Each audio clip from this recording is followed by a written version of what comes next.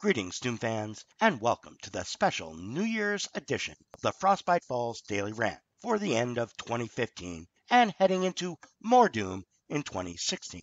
It's been a banner year for Doomers. 2015 has seen a marked increase in just about all areas of Doom, from the economy to geopolitics and escalating warfare to the ever-deteriorating climate problems. In fact, there are so many fucking Doom stories from 2015 that I doubt that I can cover them all here, no matter how long I run this rant. However, I will endeavor to run very long, and you can listen while you recover from your hangover on New Year's Day morning. 2015 Doom began with a bang, with the crash in oil prices starting around November-December of 2014, just as my good friend Steve from Virginia of Economic Undertow predicted with the Triangle of Doom. However, that early crash was nothing compared to what has taken place through the rest of 2015. We are now down to a $33 handle, and our good friends at the Squid are predicting $20 handles too. Lower for longer is the battle cry in the energy industry these days. And the big question is, who can withstand the low prices the longest here before they finally go bankrupt, unable to access more credit to roll over the mountains of debt already accumulated here? Rumor is, of course, that it's all the fault of the Saudis. They are going to keep pumping no matter how low the demand is in order to drive everyone else in the oil extraction biz out of biz. If that was the goal, they have already been quite successful with it, as the frackers over here shut down one drilling rig after another, and Venezuela itself has basically shut down. Of course, the whole explanation the Saudis did it is a crock of shit. The Saudis want high prices just as much as any other OPEC country. They run huge subsidies on food and energy for the local population, and they have a huge government payroll, and they run a huge military as well. Cutting their food subsidies means instant food riots with Saudi prince heads rolling like bowling balls. So, as the price dropped, the Saudis had no choice but to keep pumping and keep as much income rolling in as possible. They are just hoping their credit card line holds out long enough for the price to come back up, as hopefully all the other producers go out of biz first. The problem is, of course, the price won't come back up anytime too soon, because end consumers of the product don't have the credit to burn it. Demand for energy is crumbling everywhere. The price of coal and natural gas as well, as Chinese factories go out of biz one after the other. All the energy extraction companies are leveraged up to beat the band, and the only reason they stay operational is by rolling over their debt, for so long as they are deemed too big to fail by the also too big to fail banks that hold their debt, and the derivatives based on that debt. At some point, however, the whole Ponzi will come apart, and then down comes the house of cards. Will that occur in 2016? Who the fuck knows? But it won't last forever, that's for sure. As of right now, basically all land storage for oil and distillates is full up, and you have full tankers turning around in the middle of the Atlantic Ocean and steaming back for the Gulf of Mexico, where I suppose they hope to offload at somewhat better prices than the Europeans will pay here in the FS of A. Unclear here, though, is whether we need any more diesel either, since with less freight coming in at the Port of Long Beach from China, that means less trucks moving around the Eisenhower Interstate also. Of course, the low prices every day for energy and raw commodities is having a huge blowback in the financial markets, and on a geopolitical level also. First, the markets. All the investment banks speculate on energy and commodity prices just like they speculate on stock and bond prices. So as the commodity market tanks, they try and sell out and go to some other investment class perceived as a safe haven, like United States Treasuries. Or they gamble still more on the stock market, inflating up Apple iShit and Netflix stock to the stratosphere. This, of course, accelerates the downward spin of the commodities. Nobody wants to buy them and lose money the minute the contract is signed. Then all the notional money gets loaded up into stocks, which they then try to unload there and start losing money too. It all becomes very illiquid, and you get wild swings in valuations on any given day as the high-frequency trading algos go wild, trying to squeeze out a profit somewhere. If you do sell your stock at some price, what do you then buy with it? It's not just the commodities that are in the toilet here. The sovereign bond market is also going south, as the realization dawns that none of these governments that owe billions or trillions are ever going to be able to pay them off, and rolling over old debt with new debt is just throwing worse money after bad money, because there never was any good money in here to begin with. This leaves pretty much just a few places considered safe, like USTs and Krautbunds. But the demand for them as a safe haven is so great that they are moving into negative interest rate territory. This means it costs you money to hold the debt. However, a slow bleed is preferable to hemorrhaging. So this debt continues to be purchased, if not by the too-big-to-fail banks, then by the central banks themselves, in the ultimate circle jerk of money creation. This then plays havoc with the currency markets, and the peripheral nations that can't sell their debt see their currencies get hammered. Mercantilist countries that manufacture toys to sell abroad actually like this, because it makes their products cheaper to consumers in other countries and theoretically more competitive. The problem, of course, being that all of their currencies are getting hammered, which keeps making all the products cheaper and cheaper until there is no more profit in the trade. Besides that, for their local population, their local currency buys less and less every day, and inflation rates in these countries goes into the double and even triple digits until the currency ceases to have any value at all, and the economy dollarizes, as the locals try to get hold of dollars at any price they can. Of course, not a whole lot of those FRNs are really floating around out there as paper money. Most of it is all notional digibits, so local trade begins to grind to a halt as well. And in places like Venezuela, they can't even get toilet paper without waiting on day-long lines for a roll of Charmin. All of these financial problems come packaged with a whole slew of geopolitical problems as well. Because as each country slides off the economic cliff, they begin to experience internal dissent, and their governments become unstable because they simply cannot deliver what their populations want without the money to do so. Popular parties promising the moon crop up, get elected into power, and then promptly fail to be able to deliver on said promises. You get a right-wing government followed by a left-wing government followed by a more extreme right-wing followed by a more extreme left-wing government. A rinse and repeat until the country is completely ungovernable and you have a failed state.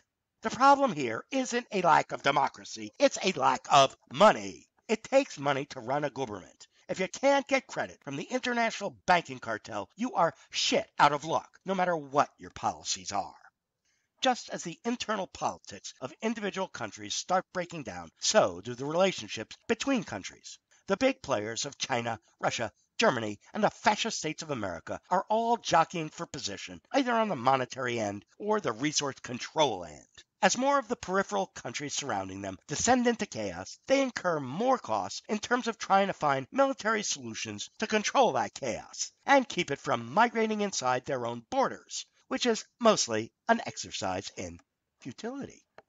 Each of these countries has their own homegrown terrorists coming from their own underclasses and ethnic minorities.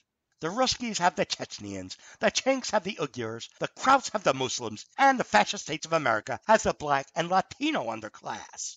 Add to the disaffected and disenfranchised folks inside your own borders the tsunami of refugees swarming all over the globe like Africanized bees, porous borders everywhere, and the conflict between humanitarian aid and being able to provide for your own current citizens. And it sets the stage for immediately for conflict between groups all struggling to get a piece of the shrinking resource pie. In Sweden, for instance, you have native Swedes disgruntled by the fact their pensions and services are being cut, while at the same time, brand new immigrants are going on the dole, because of course there is no work for them, particularly if a few hundred are dropped in a small town in northern Sweden which doesn't have a sewage system to handle all their shit, or enough housing for them either. Given most of them are young men and likely bored out of their minds, even if they have enough food to eat, they are bound to make trouble just to relieve the boredom. So, the once politically correct Swedes, ready to take in the masses of the poor and hungry, are rapidly becoming just as xenophobic or displacophobic, or whatever you want to label it, as the Hungarians, Croatians, and Krauts too now. Frau Merkel's open-door policy isn't sitting well with Kraut Hans six-pack either. So, Now you have the supranational elite clowns and jokers in Brussels unilaterally declaring that they will seal the borders by forking over more funny money to a rapid deployment team of Frontex guards, who presumably will hop from hotspot to hotspot to keep a few million refugees from crossing the borders into Greece, Italy, Austria, etc., with maybe a few thousand troops and helicopters. Are you fucking kidding me? There are thousands of miles of coastline along the Mediterranean Sea to begin with, and exactly how or where they expect to detain them for 2 years or more while their refugee status is determined, and then keep these refugee camps under control is a completely unanswered question. They already have an epic fail with Turkey, pitching €3 billion at Erdogan to keep the refugees from Syria happily penned up in Turkey. Even if it was enough moolah, which it is not, all Erdogan will do with this money is stash 90% of it in his Swiss bank account and do some window dressing on refugee camps for the TV cameras with some of the chump change left over. A few thousand mercenaries jumping around the coastline is not going to stop the flow of migration, because the places the migrants are trying to get the fuck out of Dodge from have become unlivable. Not just because of the lack of money and non-stop war going on in their old hometowns, but more crucially because those hometowns no longer exist as a result of climate change. Drought in Syria has been ongoing so long now that the towns inhabited since biblical times have been completely abandoned. Migrating to cities still semi-functional like Damascus, there's no work for these folks, and they aren't particularly welcomed by the long-time residents of Damascus either. So they keep moving, with the pot at the end of the rainbow goal being making it alive to Sweden or Germany. If it was just the Syrians, maybe you could contain this, but the same business is occurring all over Africa, India, Pakistan, and Southeast Asia also. These are all the most highly populated places on Earth besides China. India by itself has over 1 billion people. You have Pakistanis finding passage from some human trafficker to get them to South America, where they then walk on foot and pay another bunch of traffickers to make it across borders and swamps and rainforests between them and the holy grail land of good and plenty here in the FS of A. Down in Oz, you have a perpetual flow of boat people island hopping their way down from Myanmar to the Queensland coast, with the crocodile Dundees trying to stop that flow too. The Aussies, of course, have their own economic and climate problems. The Chinese aren't buying their coal or iron ore, and the baby lambs are dying of thirst. If they don't have coal, iron, wool, or lamb chops to sell, exactly what will they sell? Didgeridoos? Which, of course, brings up that next major collapse topic of 2015, the explosion of interest in climate at long last, which should have taken off around the time Rachel Carson wrote Silent Spring back in the 1960s, but has been on the literal back burner ever since, with the entire energy industry lying through their teeth and lobbying against any effective changes, while things kept getting gradually worse, up until 2015, when it stopped being so gradual and got in your face just about everywhere.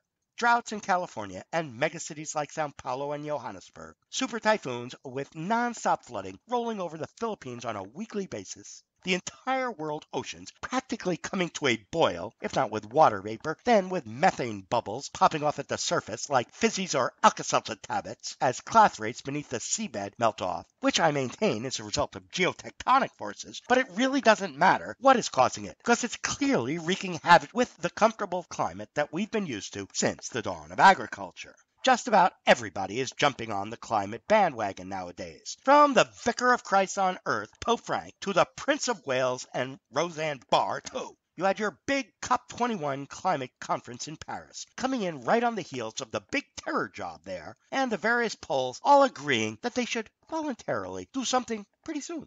Although how any of the lofty goals of keeping the average global temperatures below 1.5 C above the recent historical average will actually be accomplished is an open question. Lots of talk about renewables, but no solutions to intermittency problems or the economic problems that are already occurring here, even before any voluntary restrictions on burning fuels are dropped in place. The reality is here that we will stop burning copious quantities of fossil fuels, but not because of any voluntary actions by nation states or voluntary actions by the population at large either. We'll stop burning them because they can't be extracted at a cheap enough price for the population to afford to buy them, and burn them in quantities that we have for the last century.